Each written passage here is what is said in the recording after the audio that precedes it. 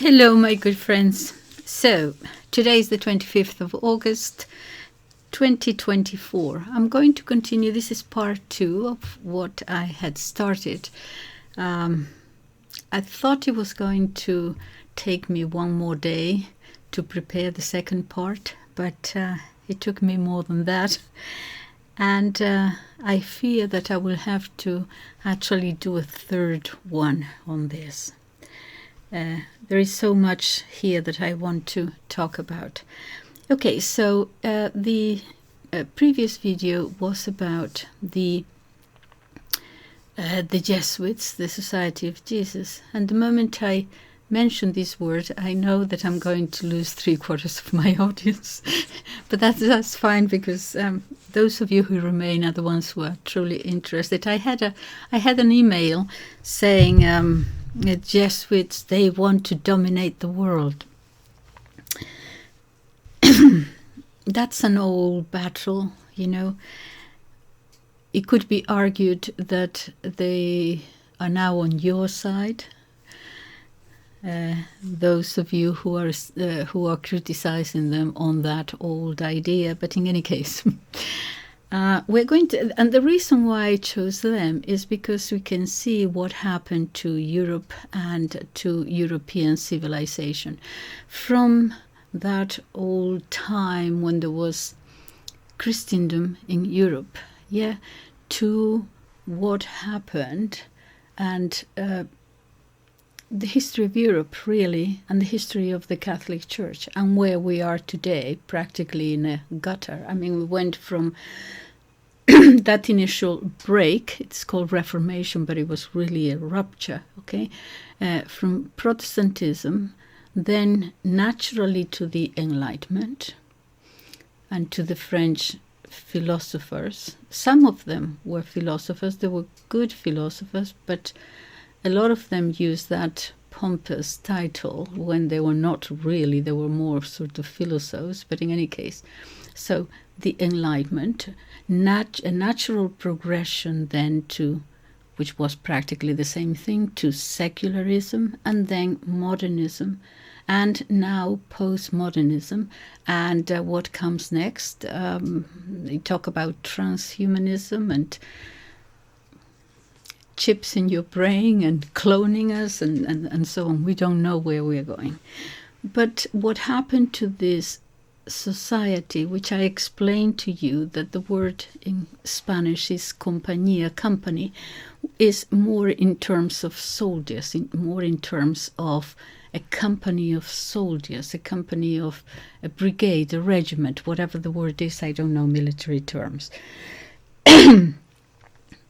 How they were extremely successful, especially in education, in educating the elites, because the founder, Ignatius of Loyola, wanted, actually, there were many Paris priests, Franciscans, and so on, who were actually preaching to the ordinary people, to the multitudes, but he felt the need to actually instruct morally the ruling classes. In other words, that those who hold power, who govern nations, how important it is for them, especially, to have a moral grounding. Otherwise, you know, the people are there, but if they are led by these people in this way, that way, he felt very strongly that it was the governing classes that should be morally, educationally, intellectually,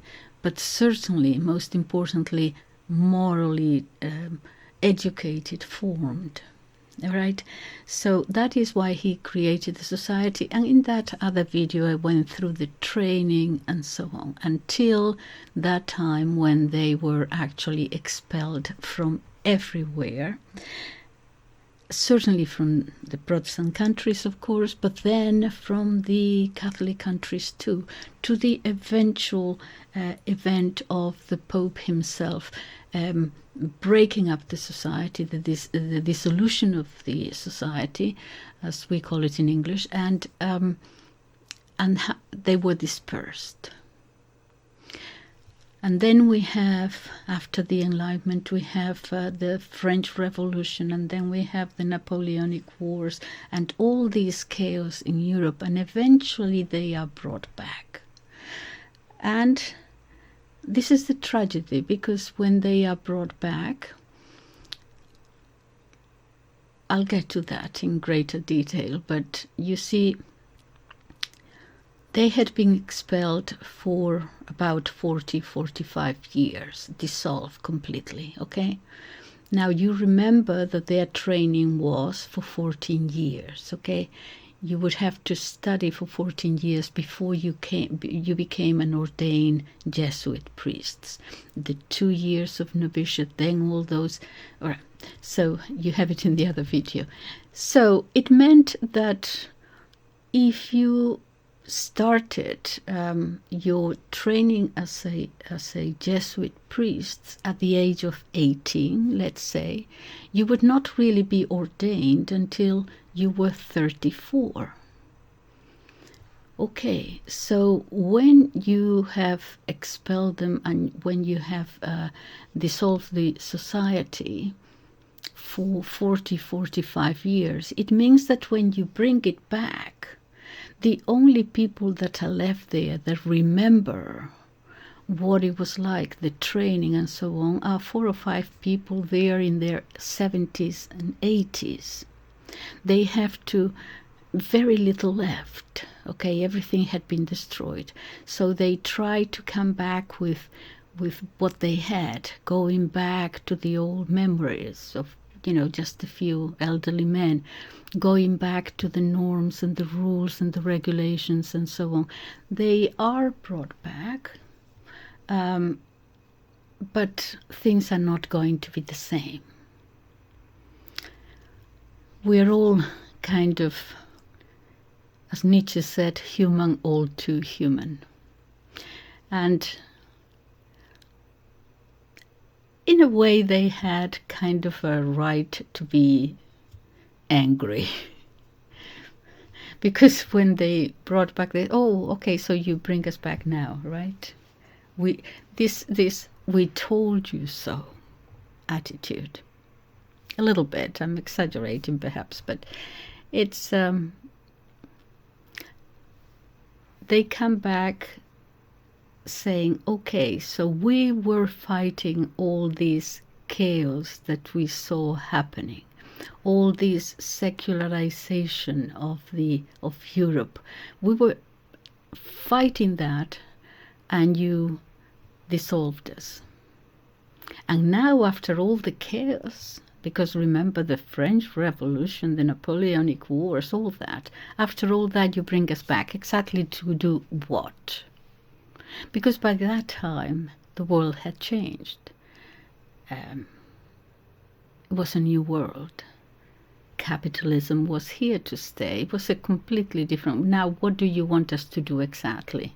To go back to the 15th century what? Okay, so but anyway, they did come back and they did grow again and so on. But what we are going to see tragically is that they have themselves been infiltrated by the forces that were fighting them in the first place. Okay, so they are going to be the ones, the modern ones now. And they did have an influence on Vatican II. And they certainly had an influence then on liberation theology, especially in Latin America, which was inverting Catholicism, putting communism first and Catholicism first, or using Catholicism to create a communist society. And that eventually that liberation theology would give rise to what now in Latin America called indigenism, if you want to extend it, going back to tribalism. So they were the ones who were founded to defend the Catholic Church, and they are the ones who, not everyone of course, okay, but in very general terms, the ones that are going to help the Catholic Church ending up in the gutter where it is now. That doesn't mean that it is finished, because there will be a spark, as there has always been since it was founded, and that spark will renew it again. So this is not to be pessimistic or negative in any way. This is the reason why I chose them, their history, to show what happened from the 16th century, perhaps even 15th, but certainly the 16th century, all the way to today. And I did tell you that their founder was Ignatius of Loyola. Ignatius, the Spaniard, was a military man. He was a soldier. He was actually a captain. And I don't know whether I went into detail about his life. I don't think I did. But Ignatius, he was an aristocrat. He was a noble. The name Loyola is both the surname of, their family and the name of the town, as it were, as they did in those days. Okay. He tells us in his life, sort of autobiography, that he remembers one time during his childhood. You know how sometimes you remember things that happen in one particular incident, and why do I remember that specific incident? He remembered how one time he didn't have a very loving relationship with his father to begin with, because he had a brother and a sister, and his mother died in childbirth when he was born. And his father didn't know how to handle that very well. And he felt that he blamed him in a certain, psychological sense, as it were. Didn't express his love for this child, sent him somewhere else, brought him back because his brother had been killed in war, and brought him back. Anyway, he remembers this incident when his father is teaching him how to use the sword, right? And they are fighting there. And the little boy falls down on the ground, and he's very ashamed. And he keeps sort of not getting up. He keeps there sort of on the ground looking down, embarrassed. And his father comes forward and lifts his chin up like that and says, "Remember, you are a Loyola. We don't look down, we look up. Up, get up." Anyway, the little boy, he remembered this. He became a soldier himself, and during the French invasion of Spain, he is there with just a few soldiers in a fortification, in a castle, and they don't have a chance. The French are invading with huge armies, and there are a few kind of soldiers there. They know they don't have the chance. They're going to just, put up the white flag and so on. And he sees a breach on the wall of the fortification. There are a few cannons there. And he says that they have a chance. Come here and we'll do it from here, the cannon fire. And he leads everyone not to surrender, but to continue fighting. Okay, so here you have a soldier. He wasn't particularly a religious man of any sort. Soldier. Okay, with a lot of courage, yeah. And so, but anyway, he's very injured. He's very heavily injured. And they think he's going to die. And when he doesn't, and when he turns, when he comes round, he sees that his leg is practically, diagonal to where it has to be. And he says, I'm not going to live like that. I don't want to live like that, like a cripple. That is what he feels. He asked them to call the surgeon, and they said, we already called the surgeon, but they say, he tells us all in his, they say that if he performs the surgery, remember in those days, okay, no anesthetic, no nothing, that you may very well die. And he said, yes, that's fine. I'd rather die than live like a cripple. If I die with this operation, at least I will die as a soldier. I will die wounded in battle. But what I do not want to do is to spend the rest of my life as a cripple. Those are his words. Anyway, there he is. He doesn't die. There he is in bed forever, because it would be months and months, who knows. And he asks his sister for something to read. And his sister only has, I think it's the Gospels and the life of Christ and the lives of saints. That's what she has. And he looks at the lives of saints. He said, the life of saints, I can't read the lives of saints. I have nothing against saints, but I mean, you know, bring me some, you know, real books, like, you know, the bestsellers of the time were these, like Don Quixote, you know, these books that they used to admire, the knights that go into battle, this and that, you know, fiction works, but they were, you know, very interesting at the time. And he wants some of those books, and she said, well, this is all I have. Anyway, they go and get more books, but in the meantime, there he is, he and the life of Jesus and the lives of the saints. Okay, so he picks up one because, you know, I mean, okay, so he starts reading. And he gets into it a little bit, not because of any religious thing, but because he finds in all of these biographies that he's reading something that he finds is common to all of them, and that is courage. He was a soldier. He found that they had courage. They had stood up for what they believe. Sometimes martyred, sometimes, you know, the only ones standing up while everybody else is kind of stoning them, perhaps. Just the courage to be different and to stay true to your beliefs. And he finds that courage very worthy of respect. So he continues reading and he gets into it.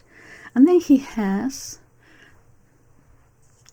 at the end of it all, a sort of a conversion, what we call a conversion. And in psychological terms, you could say it is an inversion of everything that is like your world has become upside down or downside up, perhaps, in that everything that was important to you until that time becomes now, with this new lens, it becomes kind of secondary. And what was secondary or ignored or you were not paying attention to becomes extremely important. It's sort of a roundabout thing that your world is completely changed. And that is what he experienced. He saw the world in a different way from then on. Remember in the in the New Testament, Saint Paul, falling off the horse, and so do these things happen? I think they do, because I'm going to tell you an anecdote before I start with, oh gosh, I hope I won't go on for too long. Okay, so I'm going to tell you an anecdote of what happened to me as a little girl. I was very little. I'm not comparing myself with St. Paul or with Ignatius. Okay, but this is... let me tell you what happened to me when I was very little. I must have been 8 or 9 or something like that. And it was at Easter. And the nuns were telling us, not Easter, the Holy Week. Okay, so Good Thursday and Good Friday and so on. The nuns were telling us about Jesus, who loved us so much, and he died on the cross for us, and all these things, okay? So, but that impacted me, because at the time, in my little heart, I thought, oh my goodness, I thought it wasn't fair. You know how you think when you're a child, it's not fair. And I just thought it wasn't fair that Jesus was killed in that way, and I was feeling really sorry for him. That is what, okay. I was feeling sorry for him, and I was saying, oh, I'll try to be good because, you did this for me, and this. Okay, so little Bill. Okay, so on the Sunday at Mass, I don't know exactly what happened, or kind of I do, but it was during the Mass, the most important part of the Mass, during the consecration and the elevation of the host and all that I don't know what happened, but all of a sudden when I looked around, everyone was looking at me. I think I told you this story a year ago when I was discussing Teresa of Avila. And everyone was looking at me. All the little girls all around me, they were staring at me like that. And I thought, why are you all looking at me like that? What happened? What is happening? And even my friend on the pew in front of me turned round and said, like, oh my gosh, you're in trouble. And I didn't know why. But in those days you couldn't speak in church, okay? So I just didn't know why everyone was staring at me. At the end of the Mass, there was a nun who called me and said, come with me. So I went with her, and then when we got to what they call the community, their living quarters, she said, wait here outside. So I waited there outside, and then about 2 or 3 minutes later she came back and said, come with me, come inside. We never went into their living quarters, so this was really unusual. And so I went inside, and there was Mother Superior sitting down in the center, then the Vice Superior, the deputy, next to her, and then another nun who was my overall teacher, and there they were sitting down, and there was a chair facing them, and they said, sit there, sit down. So there I was sitting down facing these 3 nuns. Have you heard of the Inquisition? So there I am sitting. I don't know what's happening. I don't even know why I'm there. So I'm sitting down, my legs dangling, and Mother Superior said, now Lali, I want you to tell us why, because we don't know, why at the very moment of the consecration of our Lord Jesus Christ, who died for our sins, and he's being sacrificed again, why at that particular moment you decided to burst out laughing? Please tell us why. So I burst out laughing aloud in church during the consecration. So that was the first time I heard of it, and I didn't know what to say. So I sort of stared, taking it all in, and she said, please do tell us, share with us why it was at that particular moment that you decided to express hilarity. I remember that. Didn't even know what hilarity meant. Anyway, so then I knew, this was, just a few seconds, but then I knew that I had burst out laughing during Mass when everyone was in silence. And I kind of knew what had happened, but I didn't know how to express it. And so I opted for the shortcut of just saying, I am very sorry. I think the devil tempted me. Which was as good explanation as any, I suppose. And that's what I said. And then Mother Superior looked at the other nun, and then she looked at this other nun, and then she said, all right, you may leave. Go. So I went, and I left. And all my friends were waiting outside. What did they say? What happened? And I said, they said that I laughed. And I said, yeah, you were laughing out loud in church. Oh my goodness. Anyway, I didn't want to talk about it anymore. What really happened, and I'm telling you, and I never told anyone else at that time, was that I thought that I got into some sort of something, and I thought that baby Jesus was tickling me. True, honestly, I'm not making it up. That is what I experienced, that baby Jesus was tickling me. And I was saying to baby Jesus, don't do that, you're going to get me into trouble. And he kept tickling me. That was what was on my mind. Okay, this is honestly, but what I want to say is that there are moments that I can understand how there are moments where interiorly, what happens to you interiorly, it's something that you don't necessarily bring about yourself. Something happens. I can understand how people sometimes say, and then, this happened, and I wasn't the same person from then on. I can understand it, because this is what St. Ignatius say.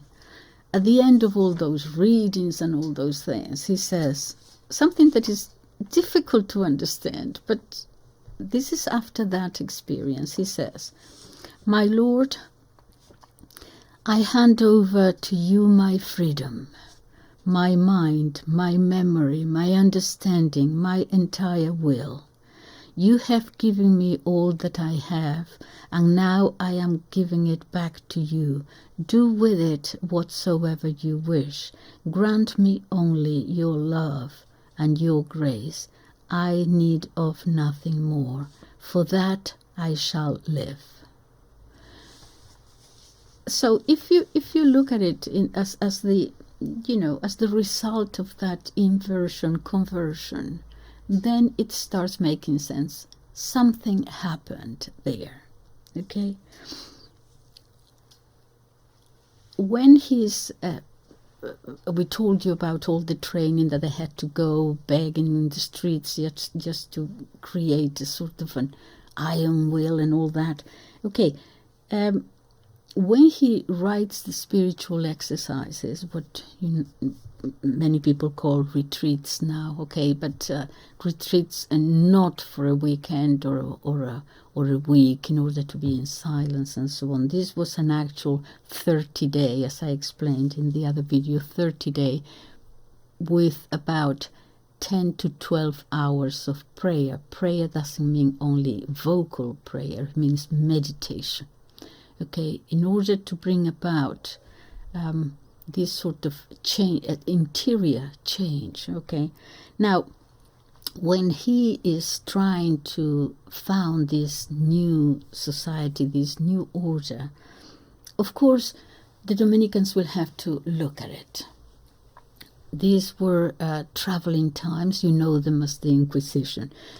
Don't think it was the Inquisition. Well, perhaps it was.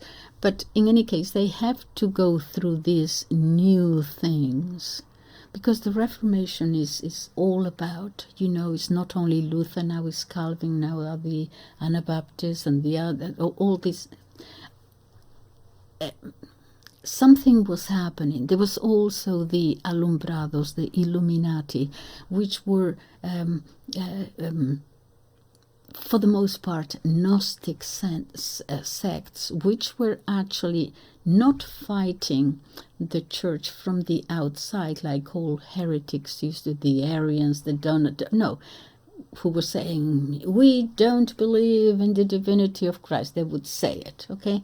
No, these would infiltrate, as secret societies usually do and continue to do, okay, and they would distort. This is how you bring something down from the inside, whether it is religion or whether it is political parties or whatever it might be, you understand, right? So all this was going on, and the church, whenever something new, a novelty came up, they would go through it with a fine-tooth comb. They did so with the writings of Saint Teresa of Avila too.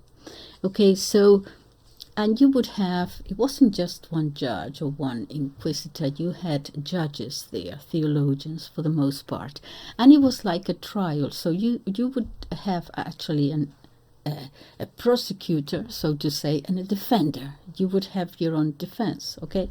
Sometimes it was you, sometimes it was someone else. So in his defense, one of the, I think it was a Dominican there, what he said was, well, it's very, very long, but the gist of it, of his new, not new doctrine, but new approach to defending the church, which is what he wanted, he said this. In Pamplona, a soldier, Ignatius, mobilized all his troops under impossible circumstances. The walls of the castle had a gap. The enemy was advancing without opposition, and he decided to step forward and went to where the breach was in order to repel the invaders. Many said that that was an act of madness. A sensible, a reasonable man would have surrendered under those circumstances, declared that the fight was over, that defeat was inevitable. But Ignatius here is not a reasonable man, or rather, the reasons he has are reasons always that come from courage, from fidelity to his principles. His teachings are sensible, not conventional, unknown, new, yes, but sensible. Was Saint Francis conventional in his time? Was not Saint Dominic a novelty too? Was not Christ himself a radical unknown in the circles of the Sanhedrin? My lords, the walls of the church are being demolished. We lived in times when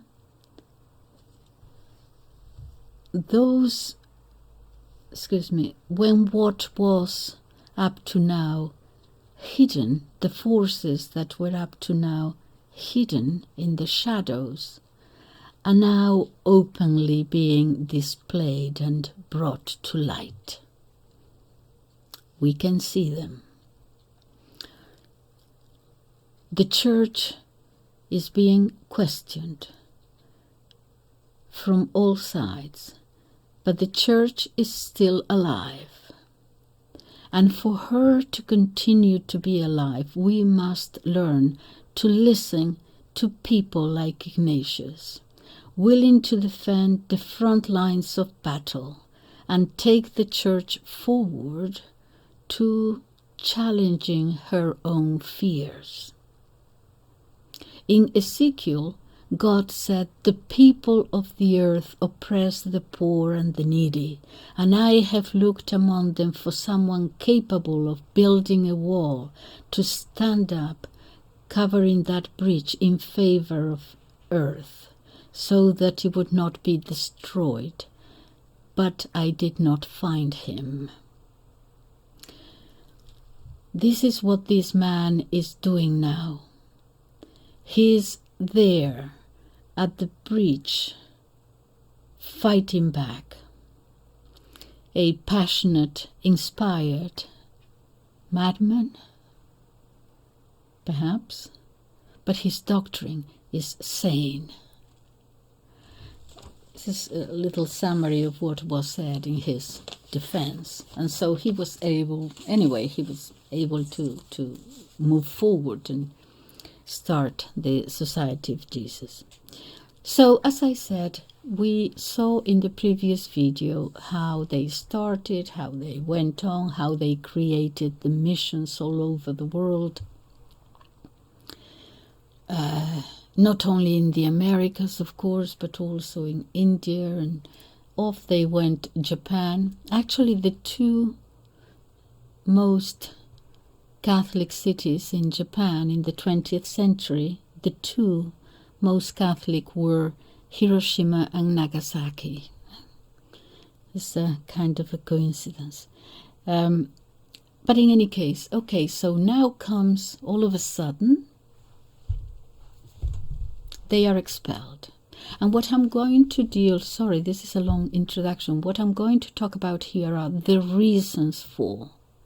So don't think that, so I'm going to look at it from the side of their enemies, as it were.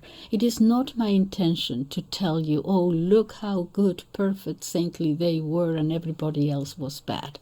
No, because we are going to see in the third video how they would go on, in general terms, the society, to help destroy the church. Okay, but that is for the next video. For this video, what I'm going to give you are the reasons their enemies had for wanting them expelled and dissolved. Okay, and the reasons were many. There is never one thing or one incident. The reasons were, for the most part, yes, religious, yes, ideological, yes, political, and yes, economic. So let us start with, I'm not going to deal with the religious fight necessarily, okay? So I'm going to give you different reasons, okay? It's not going to be just one or the other, but several reasons from the side of their enemies that they wanted gone. They wanted them gone. They are political, they are ideological, they are economic. Let's start with the political, perhaps, and see how we can discern what was happening here. All of these things coming together, okay? Okay, so they were all of a sudden very, very successful in education and so on, and all of a sudden expelled from everywhere. And this happened between 1758 and 1767. The dates are important. Ignatius had died 2 years previously, 2 years before, in 1756, so he didn't live to see their expulsion. So these years, 1758, 1767, these are the Enlightenment years, the Enlightenment era. We had Protestantism with Luther, yes. Luther, I think, is in his Article 29, I think, I'm not sure, but anyway, he had said, we have an open road to enervate, that is to deny, to enervate the authority of councils and freely contradict the actors, that is, the discussions, the minutes, and to judge the decrees of those councils, and to confidently confess what seems true to us. This is essential, what seems true to us. In other words, at the very beginning, after 1600 years, he submits that he talks about what we consider true. This, if nothing else, opens the door to subjectivism. Can you agree on that? And that will move on to the Enlightenment and to secularism and to modernism, as I said, and to postmodernism and to transhumanism now. God help us. So, the Enlightenment, I'm going to go through my notes here because Enlightenment, which led obviously to secularism, and secularism was the main object really, not this and this and this and that, but the main goal was to eradicate the church and anything Catholic from the public square. Many of these philosophers were Freemasons. We know who they were, in government, for example. In government, certainly. It was, I don't know how much power they have today, but they certainly did have power in those days. An anti-Christian, or rather an anti-Catholic, very much, sect. So what you have is that the ones who are fighting this new approach, this new understanding of the world, let us say, are the Jesuits. They are the ones who are there openly fighting this from the very beginning. They are confronting this at the level of ideas. The Enlightenment, you could say that it had started already, not in France, but in England, with the English empiricist philosophers of the 17th century, and then John Locke and so on, and then moved on to France.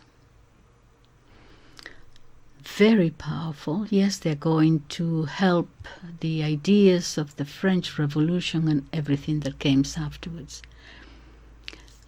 In Spain at the time, and this was a Spanish society, and the Jesuits were there in the New World, the king at the time was Charles III, who reigned from 1759 to 1788. And this is when really the de-Christianization, the de-Catholicization, if that word exists, of Spain began, really. Because during his reign, the ministers around them, this is history, this is not conspiracy, the ministers around him were all Freemasons. We can give you the names. I know you're not terribly interested in this, but the Count of Aranda, the Count of Florida Blanca, Campomanes, the ministers were all Freemasons, receiving and accepting and promoting French ideas. All right? This is well documented. In other words, you're going to have within the court also a submission to modernism and to all things French. I will go back. I will mention Dostoevsky and Russia at the end, because Dostoevsky saw that very well. The brothers Karamazov, Ivan, who is the modern, you still talking to his brother Aloysia, who wants to be a priest. Oh my goodness, you still believe in God, really? Oh, come on, get on with it. Dostoevsky saw it too in France. Okay, so this French modernism that was expanding all over Europe. Okay, so modernism, and hence all things French, as it were. It was a new world, a new fashionable world. All the old world, the old truths, and so on, that was kind of passé. And the influence was at all levels. It was intellectual, it was literary, it was artistic, and it was political. Received and implemented all these ideas by those ministers and those in power as more or less a new sort of divine revelation at the time. Although they were called reformists. They were called reformists, but they were reformists in appearance. Deep down, they were very much anti-Catholic and working towards that. And what that is going to produce is a French understanding of government, which is centralized government, centralism. The expansion was not merely a political act, an administrative measure. In France with the Bourbon dynasty. Historical events, as I said, can never be explained by just one single incident. So, very French also, the separation of church and state had been there from the beginning. We see it obviously in the American Constitution, where there were many Freemasons. There too, we know that. But this concept of separation had been there from the very beginning, but in a different way. In the old Christian world, in Christendom. In any given society, you had God and the church, and you had Caesar and the state. But they were not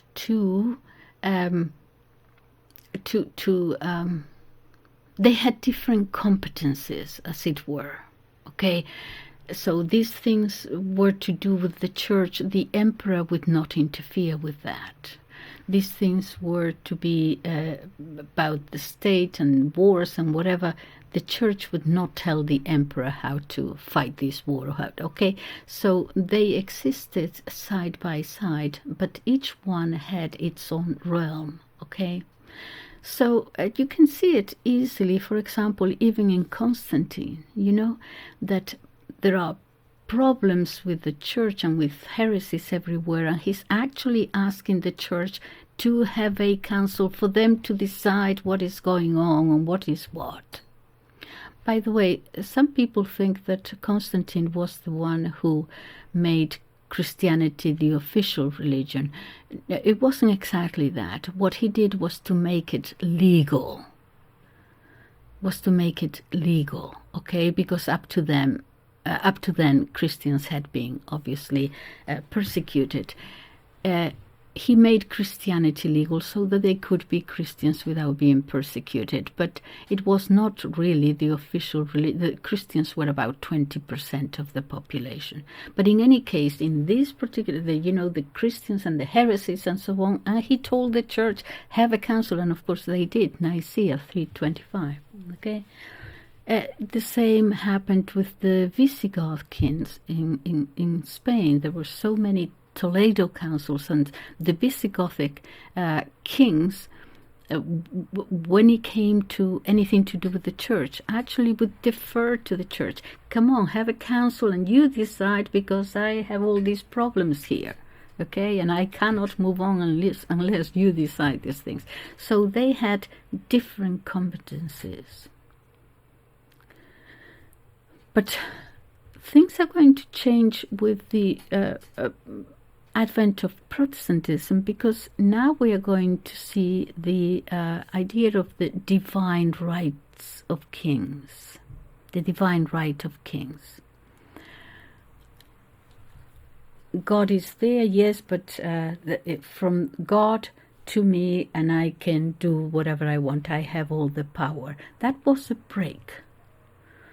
That was a break. It was not like that traditionally it had never been like that in Christendom.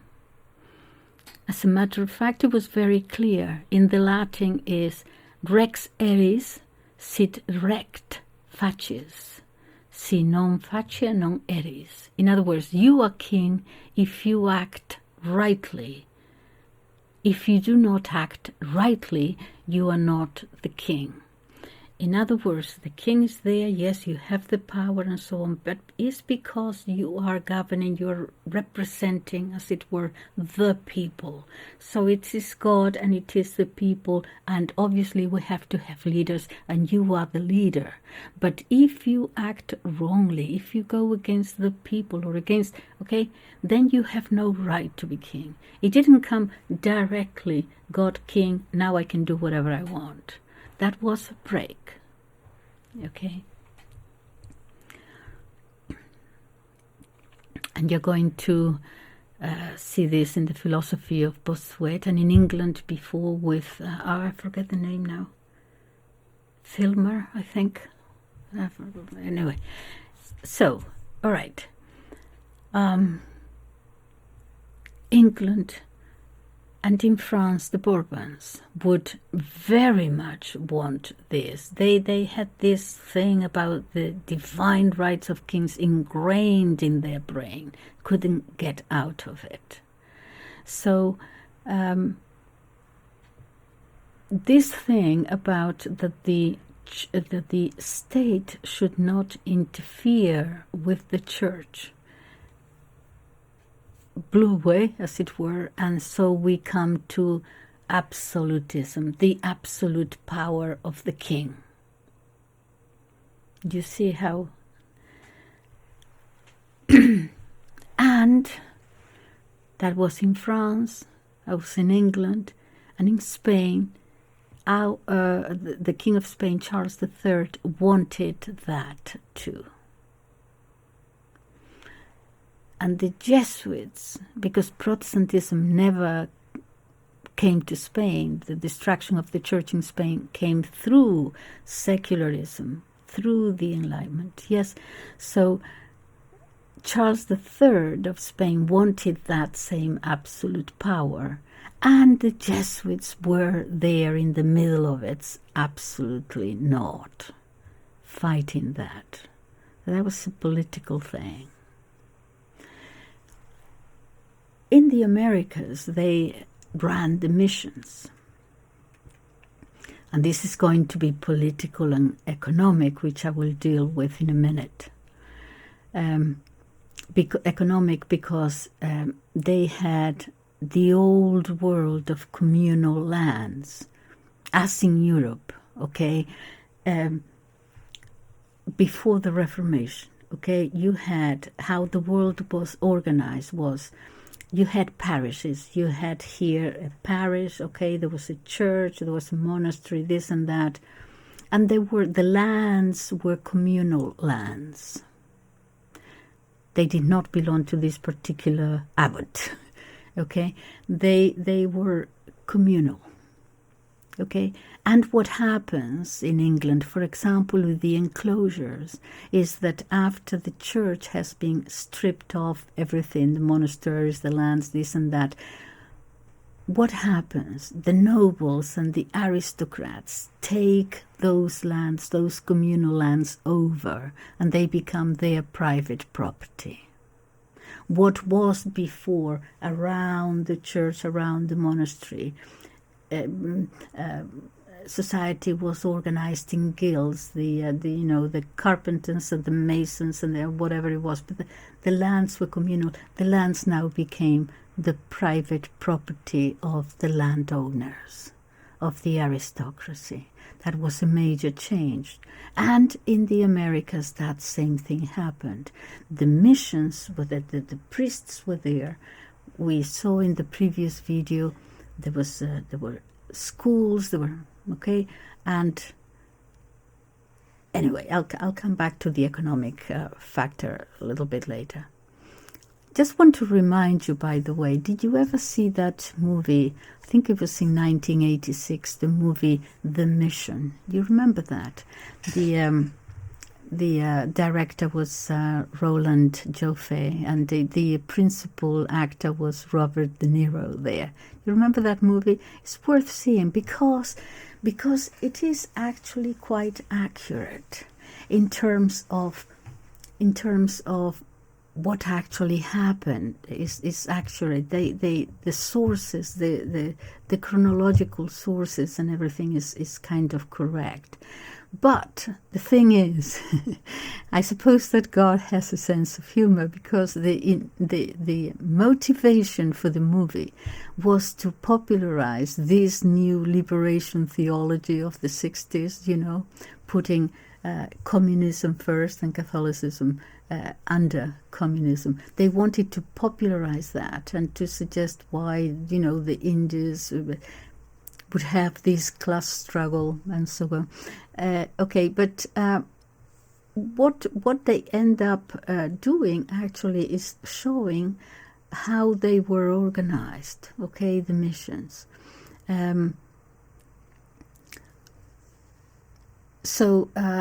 We see, if you look at it from a historical perspective, you see the manipulation which the Jesuits are going to do in the sisters, the manipulation of Catholicism to subordinate it to communism. That will later lead, as I said, to indigenism and then tribalism. Okay, so that's one point. Still talking in political terms, the Enlightenment and all that went with it, and after that, they wanted to create a society outside, different, away from the Catholic Church. Can we accept that? Catholic Church should be there, if at all, but certainly outside. The first country to expel the Jesuits was Portugal in 1759. Santiago Carvalho, he was the Marquis of Pombal, a Freemason. In 1762, France expels all the Jesuits, and in 1767, Spain does that with Charles III. And this is documented, not necessarily. Charles III gives no reasons to do this. What he says is, and I quote, he's doing this, quote, due to the opinion of those in my royal council. These are the ministers, I gave you the names, and many others favoring the Enlightenment. And then he says, I have been urged by several motives which I shall retain in my heart. I'm not giving you the reasons. I will keep the reasons to myself. I have been urged by several motives which we shall retain in our heart, kind of thing. Okay. So remember that they had all these schools that they had created, educating the elites, the ones who are going to govern the people.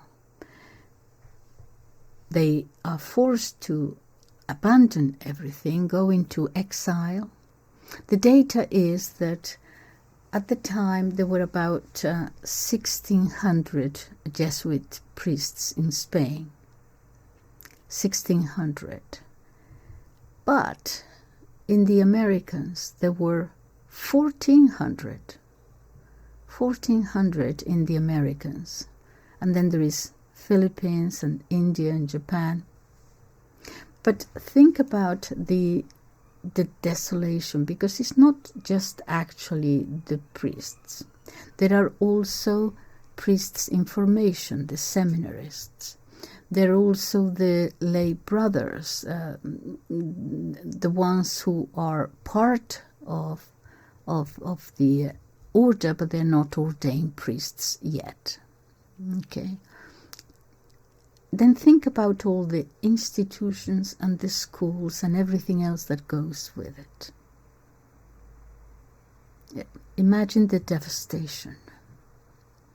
So actually, Spain lost an army of scholars, erudites, scientists, great teachers.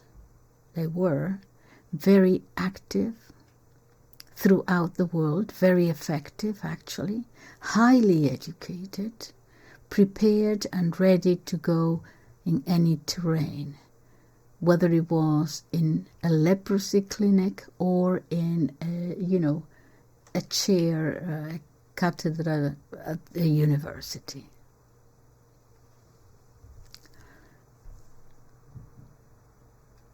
This is almost, the loss is impossible to quantify. And so it was so evident that even though the king still had 22 years to reign, he saw the chaos, and he could only try to do, all he could do is to try to cover it up, the chaos that he had caused. And so he starts sending Franciscans, but the Franciscans, I mean, God bless them, but they were not as highly trained as the Jesuits were, okay? The Jesuits were preachers to the common folk, okay, but they did not have that structure or organization. Remember, the Jesuits actually, you know how in the United States you talk about go west? Well, they were going north, and so they created all these missions with these schools and these communal lands from Mexico all the way to California. So you have all those cities now that, with all the names of the saints: San Diego, Santa Catalina, Santa Monica, San Luis Obispo, San Francisco, Los Angeles, Santa Barbara. All those were schools for the Indians, okay, with communal lands around them. All that was terminated. And so the same that happened in England would happen there. The leaders of the local indigenous people, together with second, third generation Spaniards who were rich, who always intermarried, would become the new nobles there. And the indigenous people will be left to go back to the woods.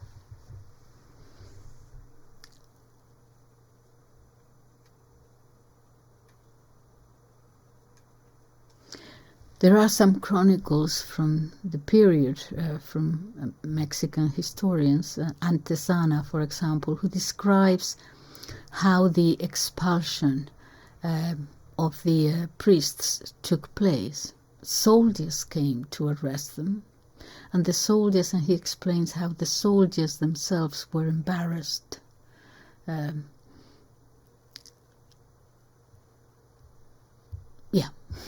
Embarrassed, they would arrest them and take them all to a gathering place where they would put them on a boat to go wherever.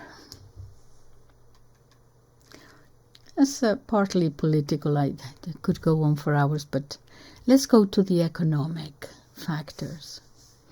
As I said, society was organized at that time in communal lands around the parish. I mentioned the enclosures in England, the same in America.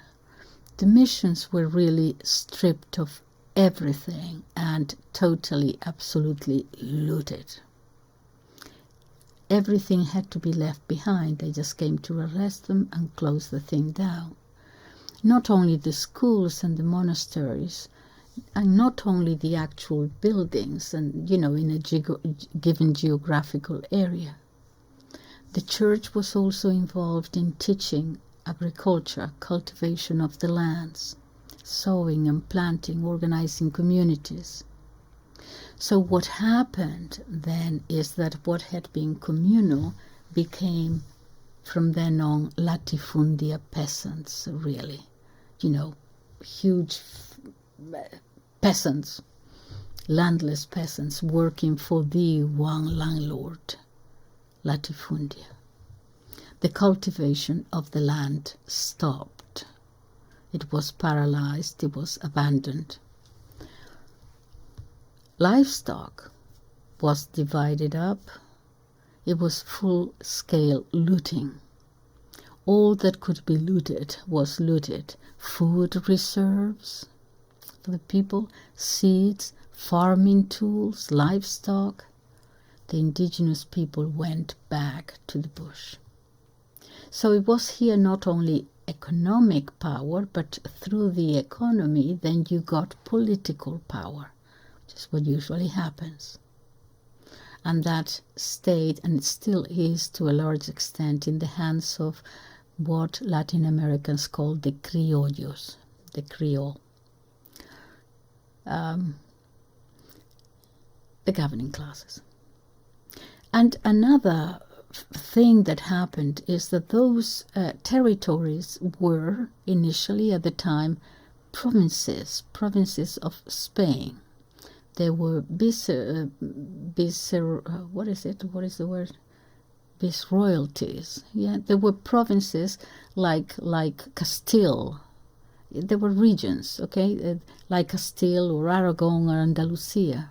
But then with this, the whole thing changed, and now they would become, in the English style, colonies.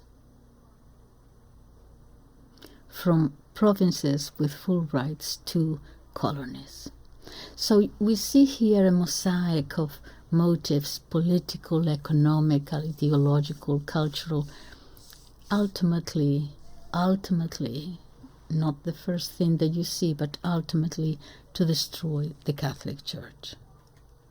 And this really wasn't even new, because in 1307, Philip IV of France, Philip the Beautiful, had done that with the Templars, taking all their possessions and their money and everything else. In 1520, Luther, actually, it wasn't Luther who went to the German princes. It was the German princes, actually, who found in him a justification, justification then to appropriate themselves all church possessions.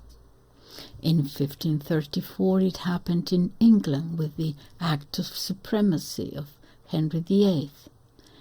Again, the church stripped off that everything, in Germany too, is going to end up in the hands of the nobles. It was a fight between the old world, parishes, communal lands, destroyed. This is what initially the Ignatian Jesuits, not the ones that came in the 20th century, but the true ones, were fighting. So you have now a new world, as I said, the Enlightenment, secularism, the beginning, obviously, of the capitalist system. And in 1836, Spain also. With the politicians, they adopted all these ideas from France, and now you have the liberales. That is where we first hear in political terms the word liberal. The liberales, who were Freemasons, and there is a total confiscation too in Spain by the minister Mendizábal. A massive expropriation of all that had belonged to the church. It was a real massive robbery. I don't know to what extent they were armed, but There is a historian who describe that moment as immense larceny with which consciences were bought. Think about it, because we are not very far from this situation, not in the same way. But when I saw that written, I thought, well, in a different context, I can think of many parliaments and assemblies and congress and all kinds of different seats of power where money comes in, perhaps in this case through lobbies or whatever. Money comes in to buy conscience. The consciences of those who are supposed to be doing something else, representing the people. And in these seats of power, of deliberation, of where representatives of the people come to do supposedly what is best for the people, representing the wishes and the needs of the people. Those sacred places of democracy have become that temple of a marketplace. Remember Jesus in the temple. A marketplace where consciences are bought and sold. Everything that was stolen ends up in the hands of the elite at that time, of the liberal regimes. And this is now, you see, a fusion of ideology and money, because there is a fusion of the political liberalism of the time and money with expropriation and so on. And so they become fused. And so what you now have is an economic and a political class, the same class, fused, where one cannot fall without making the other one fall too. That is why they're so united.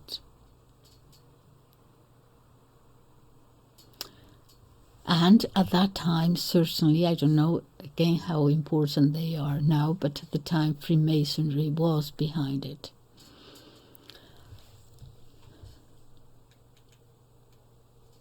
And it was not, it might be a coincidence, but Freemasonry formally was established in England in 1717 by an Anglican pastor, Anderson. It's amazing because, England had always been a friend of Spain, as a matter of fact, until Henry VIII. Its hatred for Spain starts here. To try to see the expulsion as simply economic, political, administrative is not sufficient.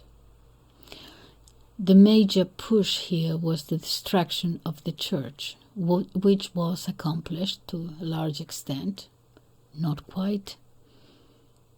As I said, I think there will, out of the ashes, there will be a spark. And I have a theory. I think that the spark actually will come towards traditional Catholicism, what it was always. I think it will come from the United States. That is my theory. Why the United States? Because it's actually now is the power, the great power in the world that is promoting all this another new world thing. Like Rome was at the time, the greatest, most powerful nation in the world, and that is where Christianity began. No,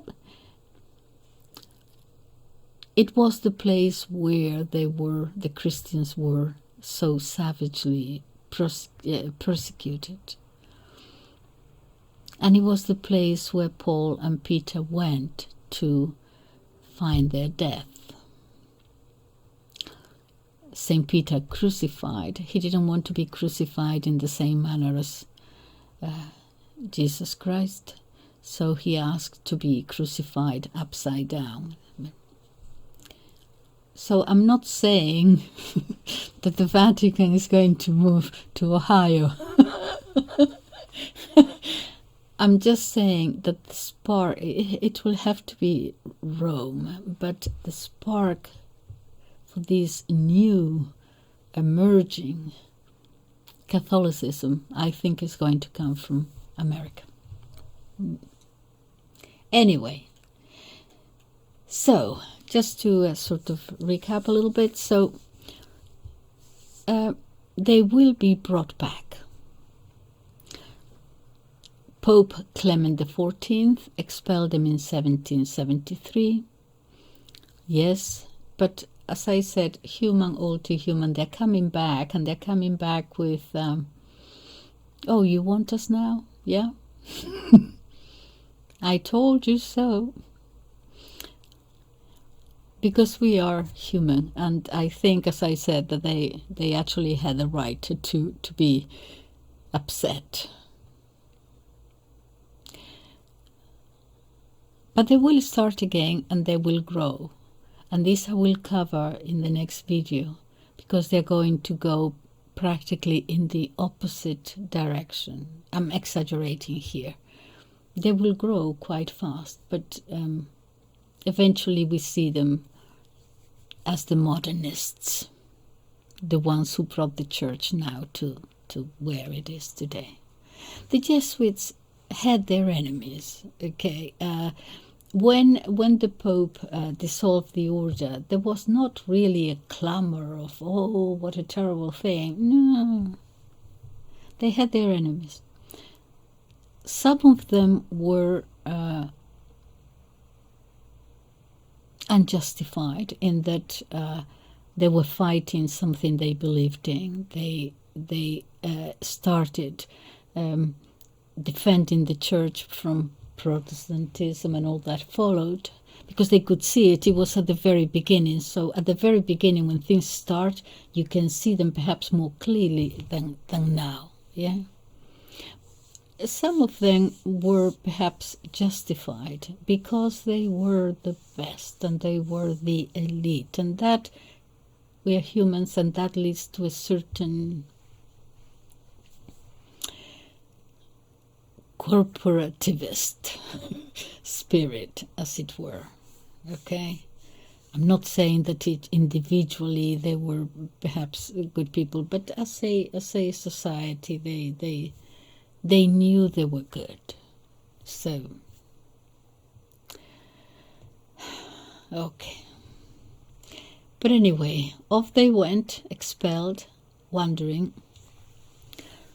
A lot of them went to Austria. They would accept them. They were not accepted anywhere else easily.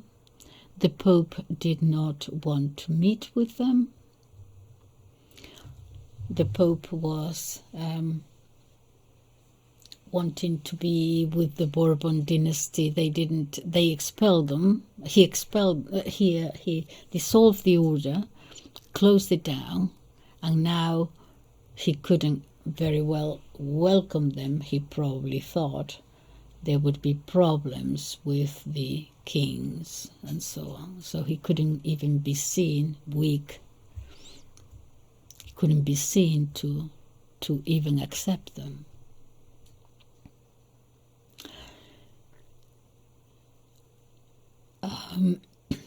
So they were brought back. Okay, so remember, we have the French Revolution, we have the Napoleonic Wars. Europe is absolutely devastated, destroyed, from Spain all the way to Russia. Defeat at Waterloo, the Empire of 100 Days, Europe desolated. think of that time, in the period of perhaps 25 years, you have 10 years basically of the French Revolution. Napoleon said that, okay, when he came, the revolution was over. Well, it was and it wasn't, because with the Napoleonic Civil Code, would actually put into law all the ideas of the French Revolution. It's a compendium of legislation and sort of some kind of a moral guide, secular moral guide. So this became then practically imposed on all nations, and that, you don't need very much more, that was the de-Christianization of the West. Yes, in constitutions, in Western culture, you always have God at the top. Yes, in the God, yes. But God, as long as, the architect of the universe, God, you have to put it there in many cases for show. Architect of the universe, we don't know whether he actually created or didn't create the world. Perhaps he did, it doesn't matter, but there he is. He doesn't interfere. He told us to just, do things by ourselves. Get on with it. That was the attitude. God had to still be there somehow, yeah, but not really. Christendom was destroyed. I told you before that in Russia, Dostoevsky, for example, felt the same thing, that all these ideas were coming, which were totally secularist, foreign, anti-Russian. He wanted to fight that. But he had come also to Spain, which was the Catholic country, yes. What is happening now, going back to Dostoevsky, I'm just thinking, is that, for example, I think I don't know whether it was exactly before, right after the Maidan thing in Ukraine, the Russian Orthodox Church, with our help from our beloved CIA, they actually partitioned the Russian church, and so a new Ukrainian church was created.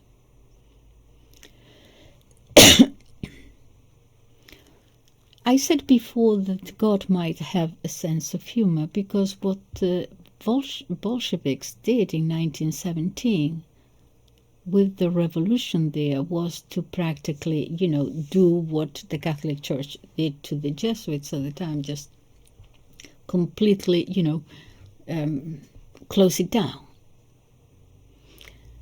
And there it was, hibernating almost for 70 years, prohibited, yeah? And now there is a resurgence of this same church that is now keeping, I don't know how to say this, but the old traditional, with the people, the old traditional values and all that sort of thing. It is as if it hadn't died. It didn't die. It was just hibernating there. And now it comes to give answers, same answers that they had given to the forefathers of the actual Russians. There they are. Which means that they might come for them too.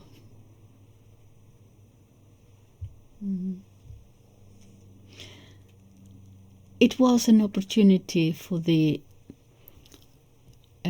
Jesuits, when they were brought back, to do that, to still be that old-fashioned and challenge these new world ideas, but they decided not to go in that direction.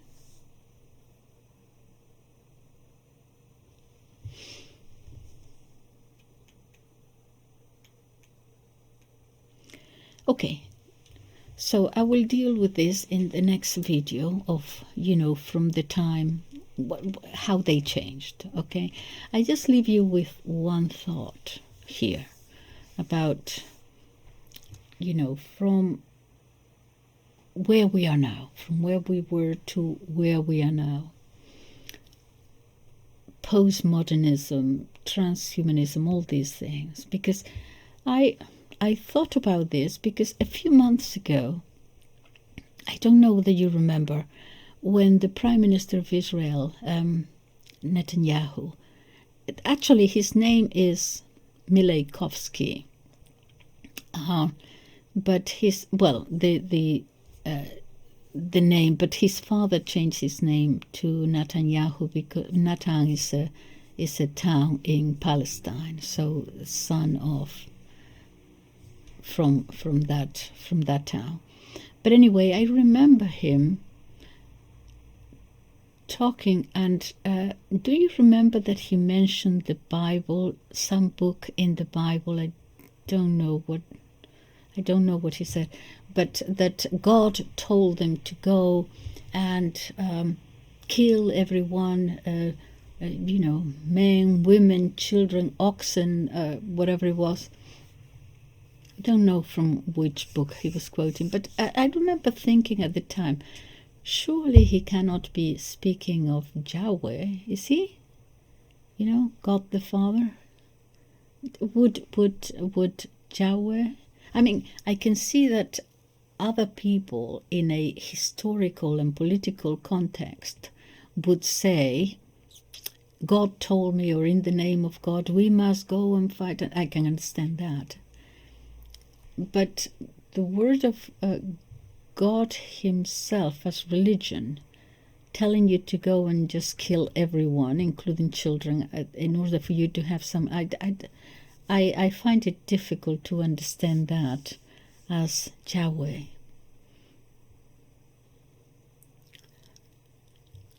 Then we had Christianity. God made man. Indeed, he became man. Then we have secularism, where man makes himself God. Don't know whether that will end.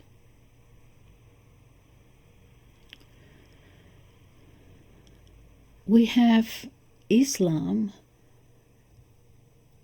God, but God is not made man. A God that is not made man.